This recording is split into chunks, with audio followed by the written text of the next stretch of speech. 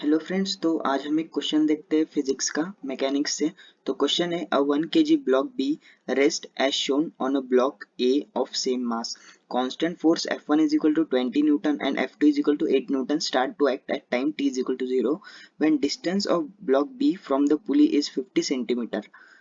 Time when block B reaches the pulley. तो हमें ये L शेप A ब्लॉक दिया हुआ है जिस पर फोर्स F1 लग रही है, ये F2 लग रही है, ये B ब्लॉक है जिसका भी इसका भी मास 1 kg है। और हमें पूछा है कि ये B पुली तक जब पहुंचेगा तब टाइम कितना लगेगा। तो देखते हैं इसे कैसे करना है। तो सबसे पहले तो हर क्वेश्चन में मैं जैसे बताता हूँ कि डायग्राम बनानी है और सारे वैल्यूज लिखने हैं।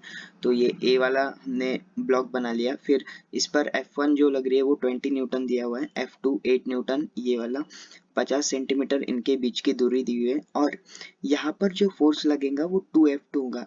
जैसे आपको जनरली पता होगा कि अगर इस स्ट्रिंग में टी है, यहाँ पर टी है, तो यहाँ पर 2T हो जाता है। सिमिलरली यहाँ पर इस पूरी स्ट्रिंग में F2 है, यानी इस साइड F2 इस साइड F2, तो यहाँ पर हो जाएगा 2F2। अब चलिए हम न्यूटन्स लॉ लगाते हैं। तो सबसे पहले ए ब्लॉक पर लगाते हैं। पहले ए का एक्सेलरेशन में A1 मान ले रहा हूँ और B का मैं A2 मान ले रहा हूँ। तो A1 पर जब हम न्यूटन्स लॉ लिखेंगे तो इस सिस्टम पर फोर्स कितने लग रहे हैं, यानी ये L शेप पर फोर्स जो लग रहे हैं वो ये F2 minus 2F2 should be equals to M into A1। तो F1 हो जाएगा 20, 2F2 हो जाएगा 2 into 8 16 is equal to 1A1। यहाँ से A1 मिल जाएगा हमें 4 मीटर पर सेकंड स्क्वायर। सिमिलरली B पर अगर हम फोर्स देखेंगे तो B पर सिर्फ ये F2 लग रहा है, तो F2 should be equals to M into A2। तो यहाँ से A2 आ जाएगा 8 मीटर पर सेकंड स्क्वायर, यानी B का एक्सेलरेशन 8 आ गया और A का एक्सेलरेशन 4 आ गया। अब ये क्वेश्चन में पूछा है हमें कि ये बी वाला इस पुली तक कब पहुंचेगा।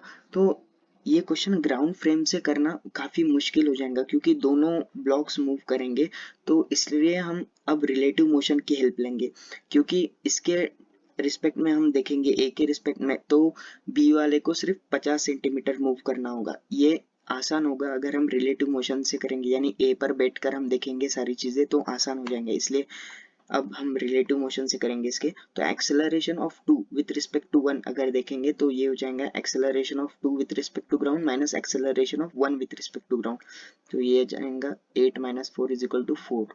Similarly displacement of 2 with respect to 1 देखेंगे तो ये हो जाएंगे 50 सेंटीमीटर। फिर initial velocity of 2 with respect to 1 0 है क्योंकि इनिशियली कोई मूवमेंट नहीं हो रहा। फिर हम लगाएंगे काइनेमेटिक्स की equation S is equal to u t plus half AT square.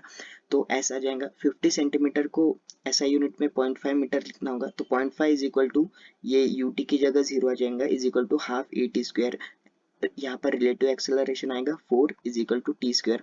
तो यहाँ से हम T square is equal to 1/4 यानी T is equal to half आ जाएगा, यानी 0.5 सेकंड। तो इसका आंसर 0.5 सेकंड हो जाएगा। क्वेश्चन थोड़ा डिफिकल्ट है एडवांस लेवल का, तो वापस एक बार आप ट्राई कर कीजिएगा। Thank you.